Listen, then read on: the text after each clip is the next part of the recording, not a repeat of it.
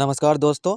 इस वीडियो में हम कांग्रेस के सभी अधिवेशनों को पढ़ेंगे। जी हाँ दोस्तों, सन 1885 से लेकर 1948 तक जितने भी कांग्रेस के महत्वपूर्ण अधिवेशन हुए हैं उन सभी को हम इस क्लास में पढ़ेंगे और कांग्रेस की स्थापना किस प्रकार से हुई उस सभी को पढ़ेंगे। तो दोस्तों, मैं साकिब मलिक स्टडी ट्रायंगल में आप सभी का स्वागत करता हूँ। दोस्तों, बिल्कुल आसान भाषा में हम आपको समझाने की कोशिश करेंगे, आपको याद कराने की कोशिश करेंगे। तो चलिए स्टार्ट करते हैं। सबसे पहले हम बात कर लेते हैं भारतीय राष्ट्रीय कांग्रेस। जी हाँ दोस्तों, इंडियन नेशनल कांग्रेस, इसकी स्थापना 28 दिसंबर सन 1885 को हुई थी और इसके संस्थापक जो थे, जिसने इनकी स्थापना की थी, वो एलन ऑक्टेवियम ह्यूम, जिसको हम एओ ह्यूम के नाम से भी जानते हैं। ये आपको याद रख लेना है कि भारतीय राष्ट्रीय कांग्रेस के जो संस्थापक थे वो एओ ह्यूम जी थे। एओ ह्यूम के बारे में बात करते हैं तो इनका पूरा नाम एलन ऑक्टेवियम ह्यूम, जो कि आईसीएस अधिकारी थे। सन 1857 में ये इटावा के कलेक्टर थे और इनको हम हर्मिटोम शिमला के नाम से भी जानते हैं। यहाँ पर अगर वायसराय की बात करते हैं, भारतीय राष्ट्रीय कांग्रेस की स्थापना के समय वायसराय कौन थे, तो लॉर्ड डफरिन जो है 1884 से लेकर 1888 तक वायसराय रहे। तो ये आपको याद कर लेना है। और 1884 में इंडियन नेशनल यूनियन या भारतीय राष्ट्रीय संघ की स्थापना हुई एओ ह्यूम के द्वारा, लेकिन बाद में दादा भाई नौरोजी के द्वारा 1885 में इसको भारतीय राष्ट्रीय कांग्रेस नाम दिया गया। नेक्स्ट बात करते हैं कांग्रेस के कुछ इंपॉर्टेंट अधिवेशन में जो फैक्ट हैं, वो किस किस व्यक्ति ने किस प्रकार से कांग्रेस के अधिवेशनों को क्या कहा है, ये आपको देख लेना है। अरविंद घोष जी ने कहा है कि कांग्रेस भीख मांगने वाली एक संस्था है, और डफरिन ने जो कहा है, जो उस टाइम पे वायसराय थे, सूक्ष्मदर्शी अल्पसंख्यकों की संस्था कहा। और बाल गंगाधर तिलक जी ने वर्ष में एक बार मेंढक की तरह टर्राने से कुछ हासिल नहीं होगा, इस प्रकार की संज्ञा कांग्रेस को दी। और बंकिम चंद्र चटर्जी ने कांग्रेस के लोग पदों के भूखे हैं, इस प्रकार की संज्ञा दी। आपको याद कर लेने हैं। तो दोस्तों आइए यहाँ पर देख लेते हैं। यहाँ पर आप देख सकते हैं कांग्रेस का गठन एओ ह्यूम ने 72 प्रतिनिधियों को मिलाकर शुरू किया था, जो कि थियोसॉफिकल आंदोलन से जुड़े हुए लोग थे। यहाँ पर बात करते हैं वर्ष की, तो वर्ष 1885 में सबसे पहले पहला अधिवेशन होता है जो कि बम्बई में हुआ था, और इसके अध्यक्ष डब्ल्यू.सी. बनर्जी थे, जो कि 72 प्रतिनिधियों को लेकर शुरू हुआ था। दूसरा अधिवेशन 1886 में हुआ था कोलकाता में, इसके अध्यक्ष दादा भाई नौरोजी थे, जो कि 3 बार कांग्रेस के अध्यक्ष भी बने हैं, ये आपको याद रख लेना है। ये पहले पारसी अध्यक्ष थे। 1887 में मद्रास में जो इसका अधिवेशन हुआ, मद्रास अधिवेशन 1887 में, इसके अध्यक्ष बदरुद्दीन तैयब जी थे, जो कि पहले मुस्लिम अध्यक्ष थे, ये आपको याद रख लेना है। 1888 में इलाहाबाद में कांग्रेस का अधिवेशन होता है, जिसके अध्यक्ष जॉर्ज यूल बनते हैं, जो कि पहले अंग्रेज अध्यक्ष थे कांग्रेस के। आपको याद कर लेना है, बहुत ज़्यादा इंपॉर्टेंट है। शुरू के 4 से 5 जो अधिवेशन हुए हैं ये आपको 100% रट लेना है।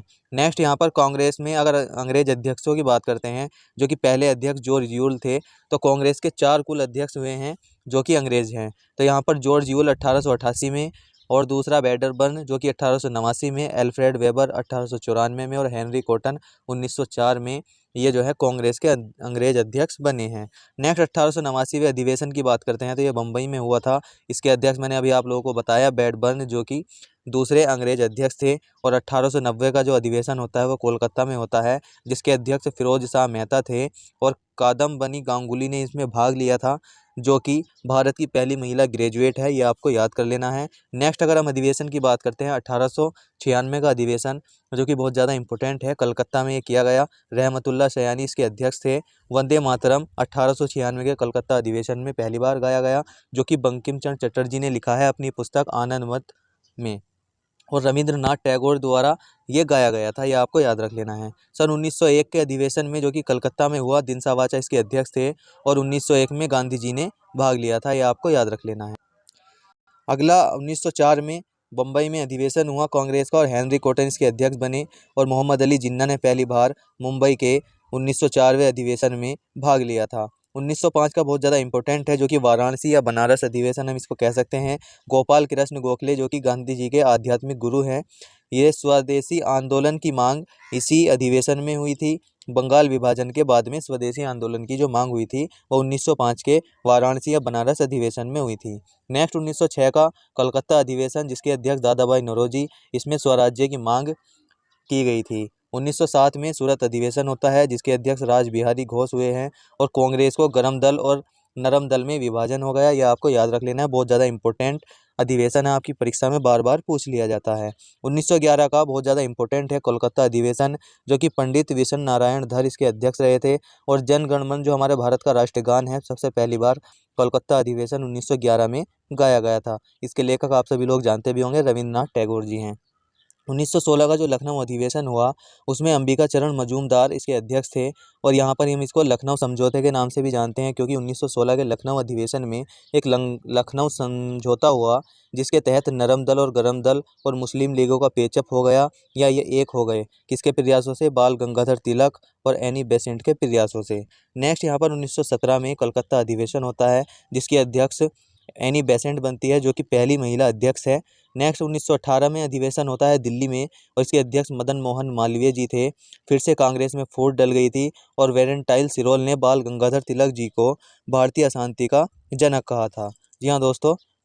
नेक्स्ट यहाँ पर 1923 में काकीनाडा बंगाल में अधिवेशन होता है, जिसके अध्यक्ष मोहम्मद अली जिन्ना हुए। लेकिन 1923 में ये कांग्रेस का विशेष अधिवेशन हुआ, जो कि दिल्ली में हुआ था, और मौलाना अबुल कलाम आज़ाद सबसे युवा अध्यक्ष हुए 35 वर्ष की आयु में।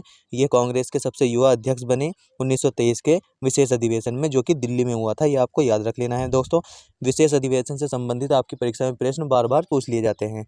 नेक्स्ट यहाँ पर 1924 में बेलगांव, जो कि कर्नाटक में है, वहाँ पर अधिवेशन हुआ, और सिर्फ एक बार गांधी जी कांग्रेस के अध्यक्ष बने थे बेलगांव कर्नाटक के अधिवेशन में, तो आप लोगों को याद कर लेना है। और कांग्रेस और मुस्लिम लीग यहाँ पर अलग अलग हो गए थे। और 1925 का जो कानपुर अधिवेशन था, उसकी अध्यक्षता की थी सरोजनी नायडू ने, जो कि भारत की पहली महिला अध्यक्ष थी। 1929 के लाहौर अधिवेशन में जवाहरलाल नेहरू इसके अध्यक्ष बने, और पूर्ण स्वराज्य की मांग की गई थी। दोस्तों बहुत ज़्यादा इंपॉर्टेंट टॉपिक है, बहुत आप लोगों को याद कर लेना है। और 1930 से लेकर 1935 तक कांग्रेस का कोई अधिवेशन नहीं हुआ था, और 1931 में कराची अधिवेशन हुआ, जिसमें गांधी जी को काले झंडे भी दिखाए गए थे। इसके अध्यक्ष सरदार वल्लभ भाई पटेल थे, और किसान के मूल अधिकारों की बात इस अधिवेशन में की गई थी।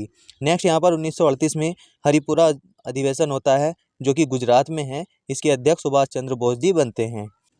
नेक्स्ट यहाँ पर 1939 में त्रिपुरी, जो कि मध्य प्रदेश में है, वहाँ पर अध्यक्षता के ऊपर एक इलेक्शन होता है, जिसमें सुभाष चंद्र बोस ने पट्टाभी सीतारामैया को हराया, और 1939 में यहाँ पर इसके ये अध्यक्ष बने। लेकिन 1939 में सुभाष चंद्र बोस जी ने कांग्रेस को छोड़ दिया, और इनके स्थान पर अध्यक्ष किसको बनाया गया? राजेंद्र प्रसाद जी को इनके स्थान पर अध्यक्ष बनाया गया। बहुत ज़्यादा इंपॉर्टेंट है 1939 का त्रिपुरी अधिवेशन, जो कि आपकी परीक्षा में बार बार पूछ लिया जाता है, आप लोगों को याद जरूर रख लेना है। 1940 का रामगढ़ अधिवेशन हुआ, जिसके अध्यक्ष अबुल कलाम आज़ाद थे, जो कि 1940 से लेकर 1945 तक रहे। वो इसलिए क्योंकि इनका जो वर्ल्ड वार 2 चल रहा था, वो 1939 से लेकर 45 तक चल रहा था। तो जब ये अध्यक्ष बने, उसके बाद कांग्रेस का कोई अधिवेशन नहीं हुआ था। ये 5 साल तक सबसे लंबे कार्यकाल के अध्यक्ष रहे थे अबुल कलाम आज़ाद 1940 के रामगढ़ अधिवेशन से।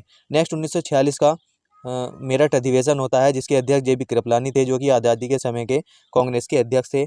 तो दोस्तों सन 1885 से लेकर 1947 तक जितने भी इम्पोर्टेंट कांग्रेस के अधिवेशन थे, वो मैंने आप लोगों को बता दिए हैं। आपको एक बार रिवाइज जरूर कर लेना है। और दोस्तों अगर आपको हमारी क्लास अच्छी लगी है, तो हमारी क्लास को लाइक और शेयर ज़रूर करना है।